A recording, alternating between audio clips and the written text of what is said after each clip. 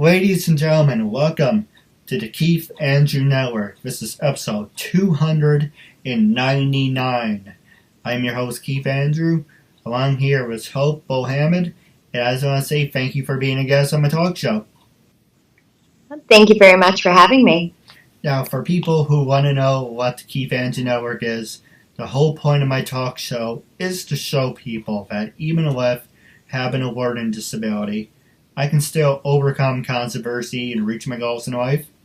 At the same time, I'm able to turn myself into a perfect example for people out there dealing with any types of learning disabilities and disabilities that you should never give up, and you should prove to people that you can still amount to something. That labels do not dictate who you are and who you're going to be, and you can still amount to something.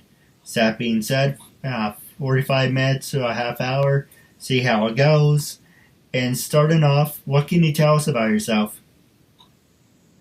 Well, I'm 40 years old. I come from Massachusetts. Born and raised near Worcester. I work with adults and children with disabilities, as well as being an actress. It was something I always wanted to do.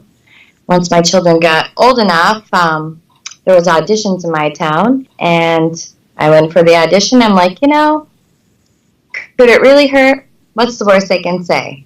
No. And I went for it, and here I am. I've been a busy woman. No, absolutely. It's about doing what makes you happy. It's about doing what you love. Yes, definitely. Now, the next thing I do want to ask you is, when you were growing up, I'm going to ask you the easy ones first and the hard-hitting ones, and then I'll pass the show over to you.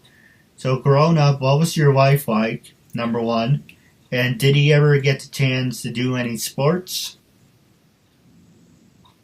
My life growing up was very nice. I grew up in a small town. My father was in the Army, and my mother was a nurse. And yes, I did play sports. I played soccer, softball, and track. Oh, nice. Did he ever get the chance to do one of those human pyramids, or not into the whole human pyramid thing? Never got a chance to do the human pyramid thing, though. No. I love that stuff. I'm a loser. Hey, I also was in the band as well. I played flute, piccolo, and piano. Oh, nice. And now for people who want to know what Piccolo is, it's not the Dragon Ball Z character, Piccolo. No. Actually, what is... Oh, go ahead. It's a smaller version of a flute, but it plays higher octaves, higher notes that kind of hurt your ears, but are necessary in some songs. That's true. I never heard of a Piccolo before. Well, besides the cartoon one. But, it's... I tried taking music classes, and I never heard it before, I always wanted to play the guitar. I tried. I sucked at it. I like the whole electric guitar, but I have something with my hands, like Mo said, Tourette's. But it's basically, if it doesn't feel right, then I don't like holding things. But it's just, if you're at a young age, if it feels right, you do it. If it doesn't feel right, you don't do it. So the guitar whole thing and the pianos didn't work out. I can make some beats for the whole piano thing. I can make like little beats. The drums I'm really good at. I can make little different rhythms. But I'm not into the whole what is A, B, the notes thing. I sucked at that. Well, my parents, I should say, made all of us growing up, my siblings and I, playing instruments. So we had a piano in our house growing up, so it was kind of like mandatory. So whether we liked it or not, we had to play an instrument, which, it's a blessing in a way, because I would never be playing the flute for 15 plus years. So. It just reminded me of something funny. My parents always wanted me and my brothers and my sister to learn how to play an instrument. Unfortunately, none of us are music inclined, and I guess making beats on a piano or drums isn't considered music. Anyway, so we all played the flute, and the one song we always played, and what really pissed my parents off, was Three Blind Mice. And Oh so like yeah. we're not we didn't buy you this instrument to play freaking Three Blind Mice. We actually went to read music collide. It's like, forget, go do something else. Put the fruit away. But I failed music class, and the reason I failed music class was the guy was nice, but he was sometimes an asshole. He got annoyed because I couldn't understand the music notes, and I'm like, well, it's not English, so who really writes things down in music notes? And he said to me one day, if you don't want to understand music, why are you taking a music class? And I said, I'm going to be completely honest with you. My parents wanted me in chorus. I hate singing. I don't want to be in chorus. So I'm here. Yeah, well, you're failing the class. Yeah, well, I don't want to sing. Yeah, it's like, yeah, well, maybe you should go in the chorus. Well, it's like, yeah, how long do you want us to go back and forth between? Well, yeah, well, this. Yeah, well, this. Like, what? Keep me in the class. Keep me entertained. I won't do anything. I'm not a bad student. Unfortunately, I was moved back to chorus. So I wasn't saying, I was just standing there.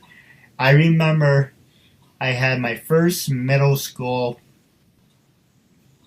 chorus section, and my brothers were dying laughing because Keith, you wasted 2 hours of our time. You didn't sing. You just stood on stage just going. It's like, and my parents are like, I'm so embarrassed. This is a waste of time. It's like, hey, you wanted me to take chorus. You get what you get. So yeah, I am not really music aligned. Talented, if that makes any sense.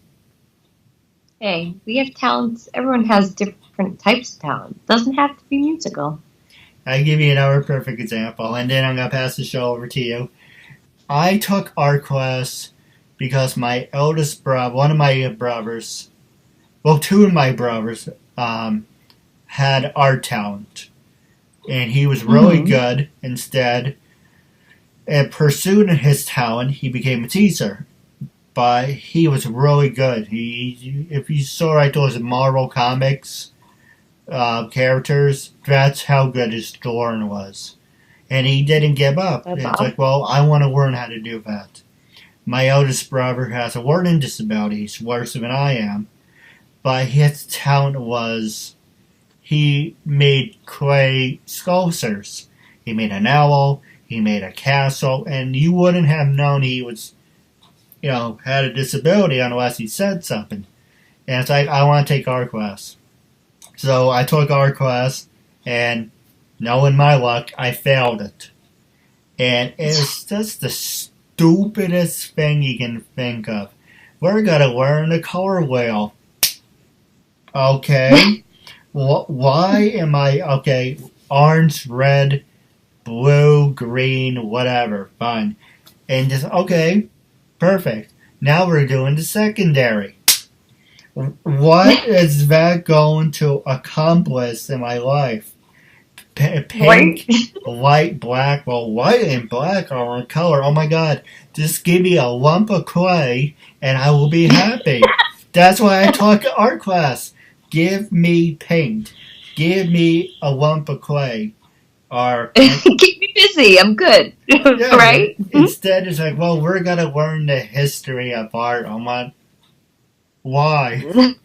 You're setting me up to fail.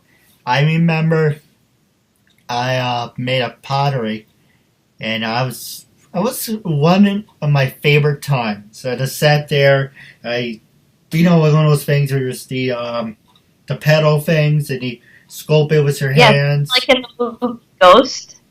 I'm sorry. Just like in the movie Ghost. It's kind of it's a pottery thing. You step on the paddle, and then you just sculpt the thing with your hand to like make a vase or whatever. And that was the only time where I actually enjoyed myself. And the teacher didn't like it. I didn't give a shit. She didn't like it. It's hey, it makes me happy. And it's like, okay, we're gonna work on the color wheel. And I'm like, why? What is that going to accomplish? Am I going to be an art major? Am I going to magically work for Marvel or whatever? The same thing with music. Why do I have to learn music notes? How is that going to help me get ahead in society? Anyway, so basically, the art teacher, I knew her since I was about 6, and what she didn't know that I knew, she always reeked of cigarettes. So she was one of those teachers that always smoked a pack before class. So I used to sit next to her like this, and as soon as she walked away, oh, thank God I can breathe. But I don't know. She was nice, and I got annoyed at my mother because we went to those. I don't mean to bitch to you. I'm sorry. Oh no, it's okay. Just opening up. I had one of those parent-teacher conferences about my education. Basically, I got the short end of the stick. Make a long story short.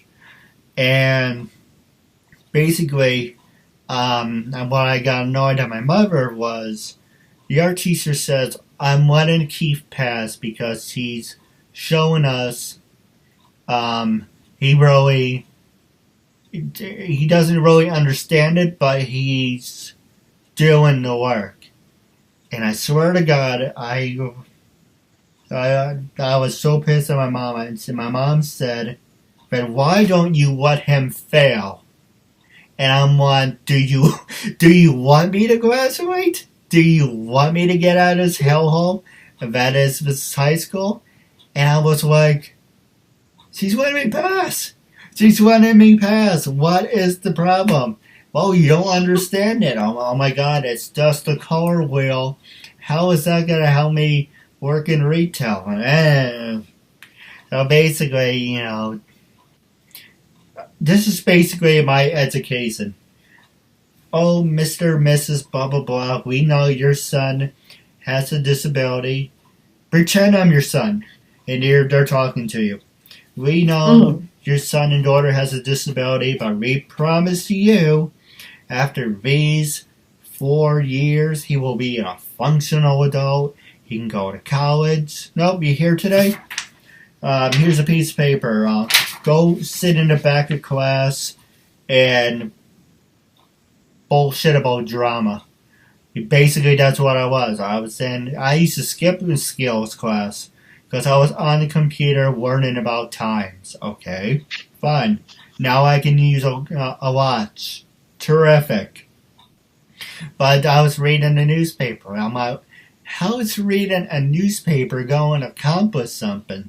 Even though I can't really read that much, so it's kind of redundant. But, it's basically, this is why I skipped the class. So I always went, so you see what I'm saying, my school basically just pushed me along.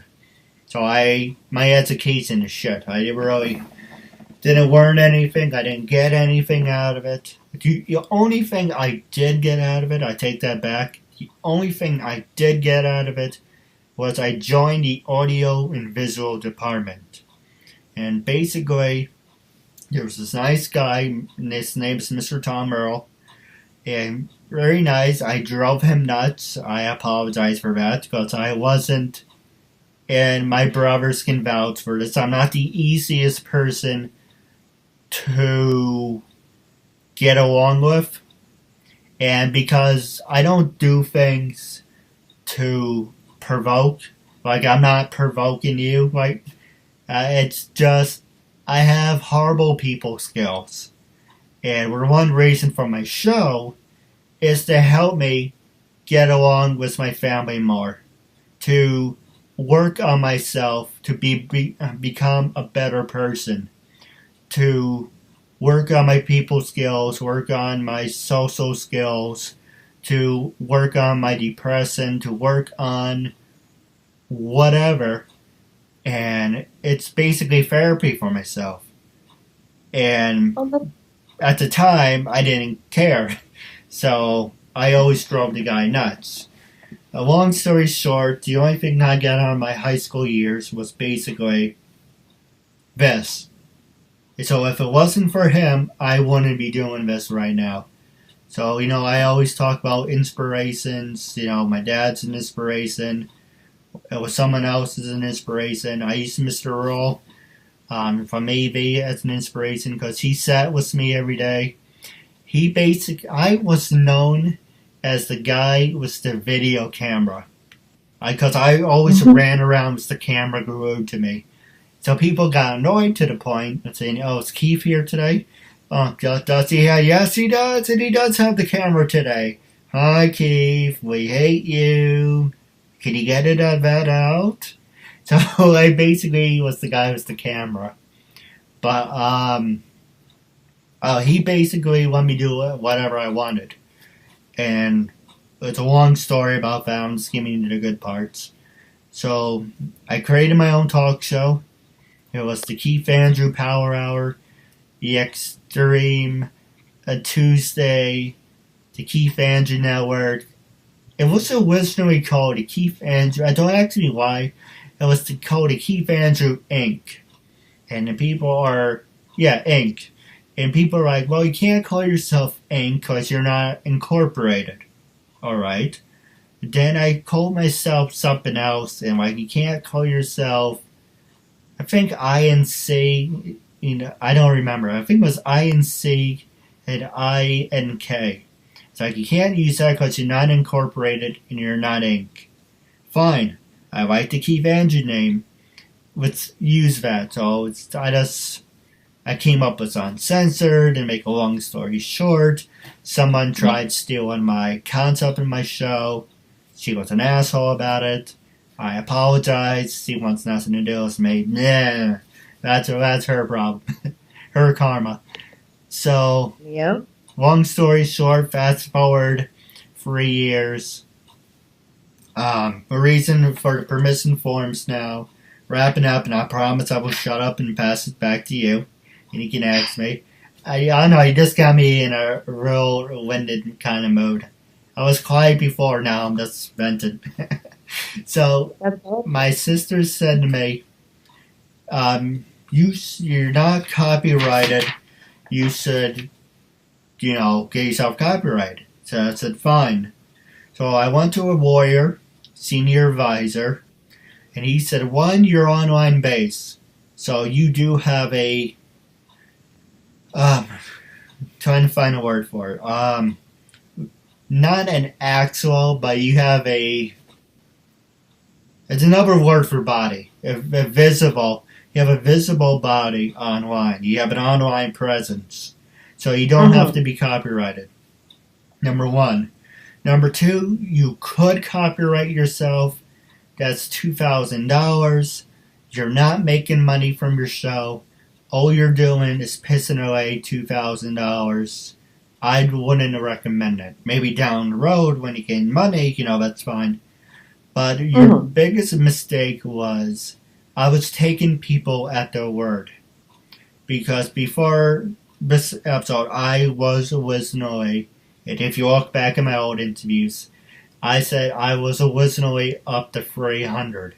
A year ago, 2 years ago, whatever, I was so excited. I got 300 interviews.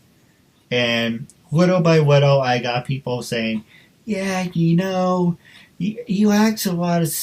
I'm just doing in person how to talk. Yeah, you you ask a lot of stupid questions. What does gun rights have to do with me acting? You know this, you know that. My publicist, my agent said, you're degrading. It's horrible to be around people like you. Could you put my interview on private? I don't want to be seen with someone like you. So, going back to what the lawyer said, he said to me, but your biggest mistake was you didn't have it in writing. Because I took people at the words. You know, it's like going forward, I'm going on the record, do I have your permission to, I use you for an example. I came across you, we say, okay, we're now doing an interview. As we're recording, do I have your permission to record you? You will say yes. Then you'd be like, yeah, well, how do you know you didn't ask her a question and then you edited it to make it look like she said yes? So, you know, having someone, you know, verbally say it's nothing. So he said to me, write up a paper that explains who you are, the concept of the show, kind of like a contract in a way. But you've seen the one that I sent you, it's pretty bad, but you know, whatever, it's an example. But it's basic. Yeah, it's pretty much the standard. And it's you're disagreeing, saying, I can do whatever I want with the interview after. Before that, I was taking people at the word, and when I went to do a follow-up, say, hey, can I, and this is, mind you, like 6 months to a year later, it's like, hey, well, we did an interview, can I still use it? And that's where the excuses came out. We don't want to deal with people like you, you're degrading, my agent said, my publicist said, you know, it's a mistake. Yeah, it's like, yeah, okay, so I'm a mistake. Anyway, not my karma. But it's basically now I'm doing everything professional. So from 300, I said, screw it. Actually, it's uncensored. I said, fuck it. Took everything down. Came up with a brand new banner. Came up with a brand new catchphrase.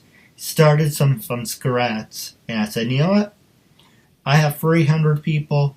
Let's see, out of those 300, who are the really good people and who are the stupid idiots. We're using the line from Chris Jericho. WWE superstar Chris Jericho, his new thing is he calls everyone stupid idiots. So it's like, now, it's really funny. I have to show you the video for anyone who's a wrestling fan.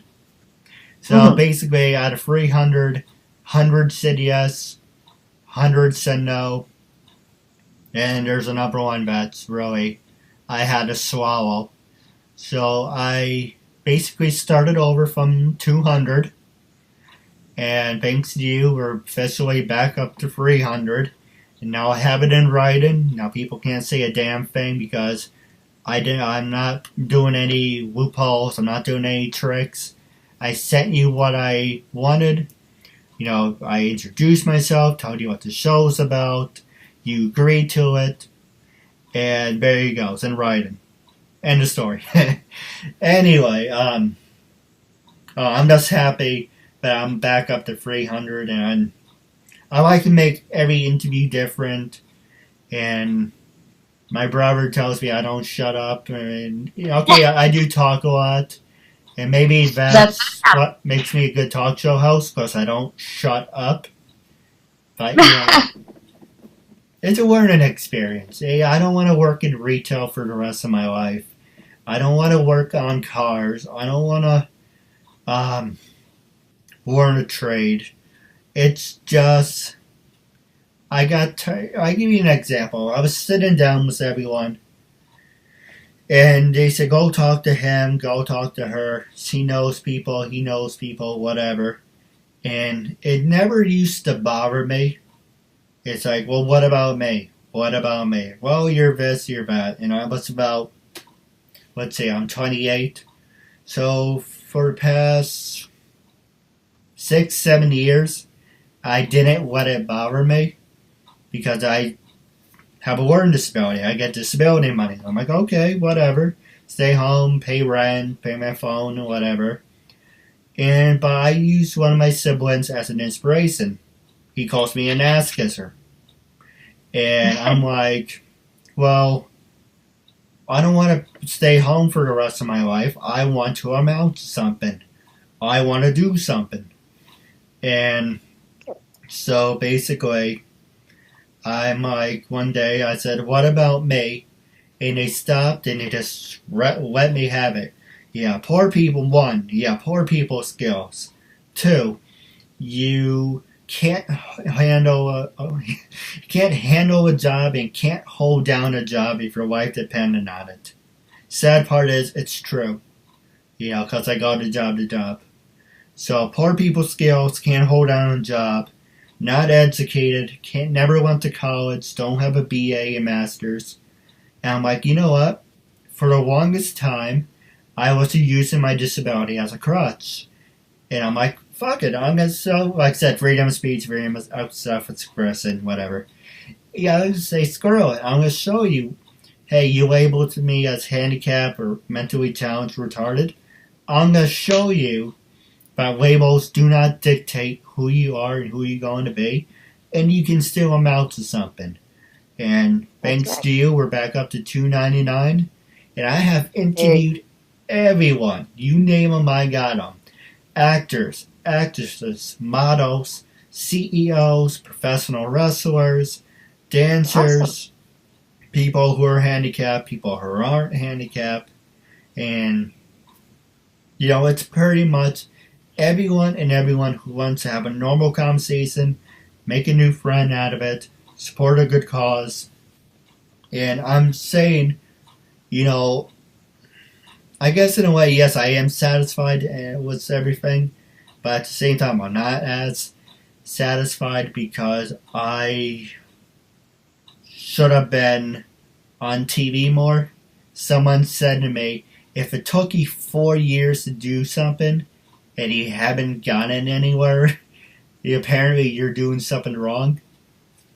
But anyway, like all my interviews, it's about me ranting sometimes. You just gotta go with your heart. No, absolutely. No, I didn't mean to bitch to you. I apologize. That's what makes you feel happy, then do it. No, absolutely. And screw what everybody...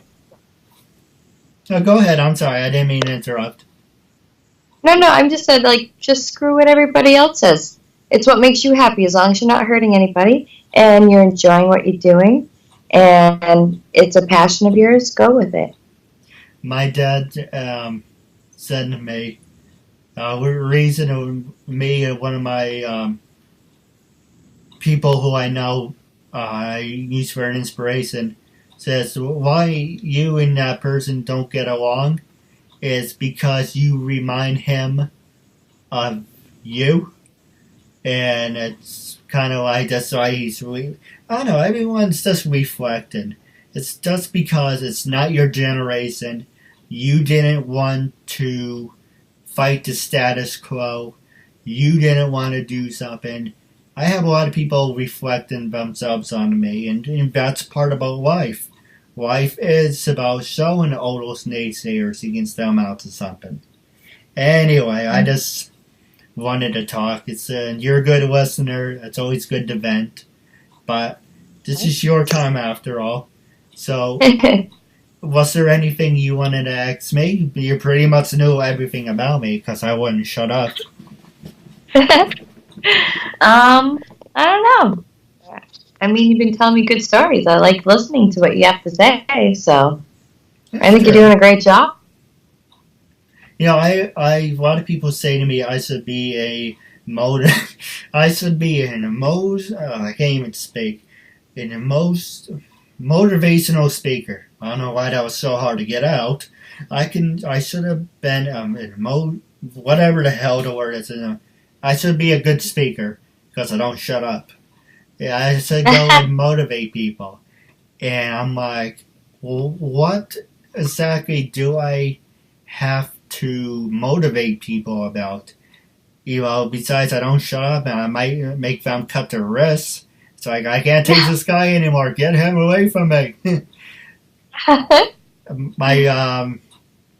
Someone I know said to me, Don't take Keith to the cemetery because the dead people will come out of the ground and says, I don't think so. I did not die to listen to him babble. Get him the hell out of here. I have good stories. Everything's a life lesson. And it's just basically saying, I said something to someone a couple years ago. Use me, use me for a perfect example. Don't do what I did. And it's like, well, what did you do? I don't remember, but just take my word for it. Just don't do it. But, I do stupid things. Sometimes to deliberate and sometimes by accident. And unfortunately, that's the impression I give people. But anyway, I would like to know a little bit more about you. How did you start your career? What is your story? I like hearing stories. You heard mine. I like to hear yours. Well, I started singing at a young age. I used to listen to Mary Poppins and Annie on the record player. And one day I was singing along with it. And my mom was in the kitchen doing dishes, and I was in the living room. And the record, I kept telling my mom it needed to get restarted, but she wouldn't let us touch it because she didn't want us to scratch the record. Yeah. So I'm like, Mom, but she was busy. So I just started singing the song, and my mom started yelling at me, telling me to turn off the record player. And when she came into the living room, she realized the record player wasn't on. So then, of course, she had to call the neighborhood and my family. And yeah, I've been singing ever since. Did a lot of plays and concerts and sang for the state for Central District. I got a national choral. I can't even talk. Choral award. I've been singing in church choir. My mom made me do that. So, I do have a lot of musical background, too. So, and I am very good at art. I'm very artistic. I'm left-handed. But I'm also ambidextrous, too. So, I have many talents. I got a funny story for you. My sister, when she was growing up, she's left-handed. Most of the people in my family are left-handed. I'm right-handed. So I can't remember what type of school she went to. But the teacher said the left hands are the sign of the devil. So she used to... Well, you believe it? Well, when my grandmother was growing up, the nuns used to whack her hands, her left hand, with rulers because she said it was the devil in them. And they used to tie their hands behind their back. So that they would write the right hand. My grandmother did write with her right hand, but when she got older, she went back to writing with her left. Yeah, but in my family, it's my grandmother, my mother, and me. We're the only lefties in our family. I think my sister's the only left-handed person. Maybe my brothers are left-handed. I don't know. We don't talk much. I don't see them. Hey, family's very important to me, but I don't really see people. Go figure, right? But the teacher used to go ballistic, saying to write with your right hand.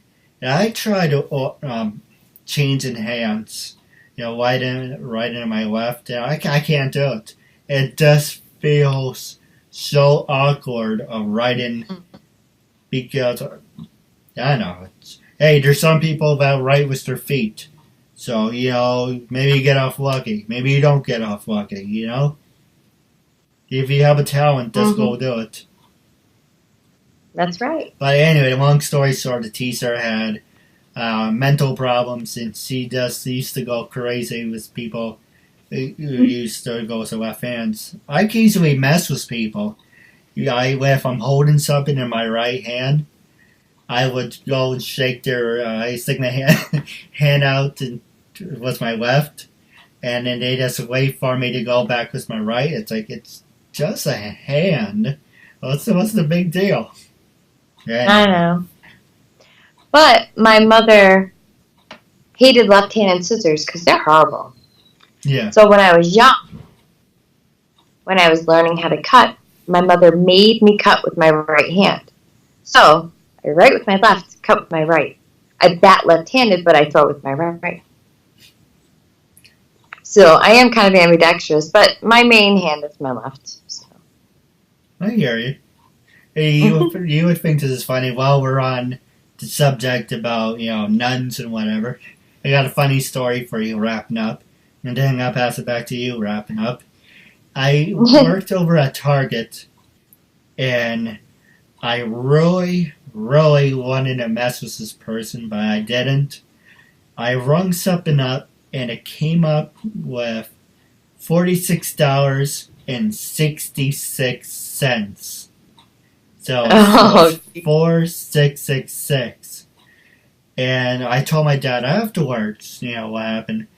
And he's like, well, why didn't you want to say, throw your voice, pretend you're devil, say, when you give the receipt, like, have a nice day. that Let's would have have been fun funny. as people.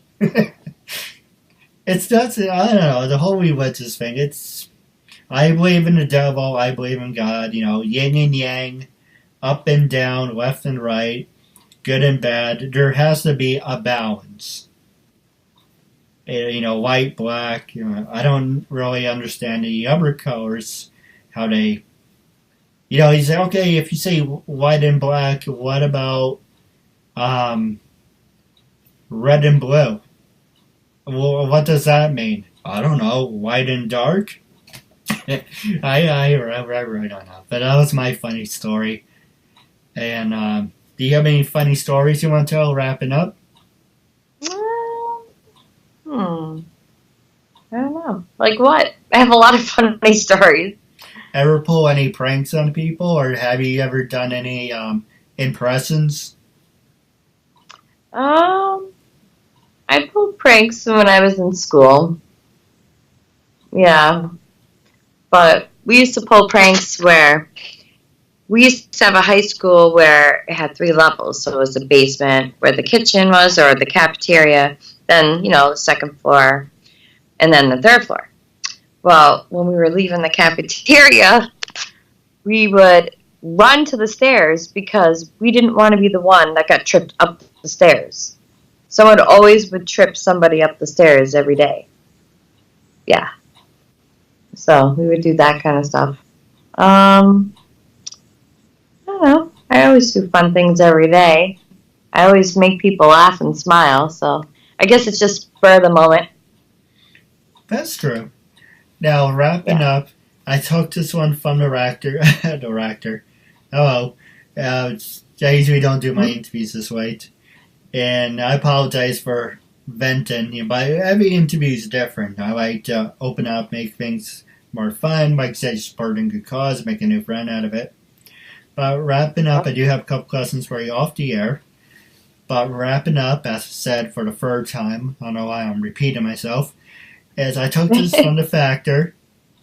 When I first approached you, and you can say whatever you want, when I first approached you to be a guest on my talk show, what was your honest opinion? And after being a guest on my show, how do you feel now? Well, when you sent me that, request or message to me, I was actually honored because, like I said, I do work with adults and children for 12 years with disabilities of all kinds, from autism to blindness to cerebral palsy, you can name it. I think what you're doing is amazing. You're wonderful. Don't ever give up. I have one of my clients who took acting classes, and since I've been in some films, I actually got him an audition, and he's actually going to be have a little part in a movie coming up. So I would love to have him as a guest on your show someday, maybe. He's a great guy. He's also a good friend of mine. I love to make people laugh and smile and, follow what your heart where it takes you. We're all here for a reason, No, and you just got to find that reason. no, absolutely. And he's more than welcome. Or you said he, right? Yep. Okay. He's more than welcome.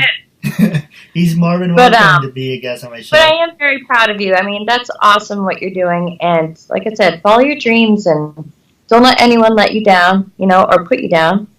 Um, Always take the criticism because it makes you a better person and build and learn.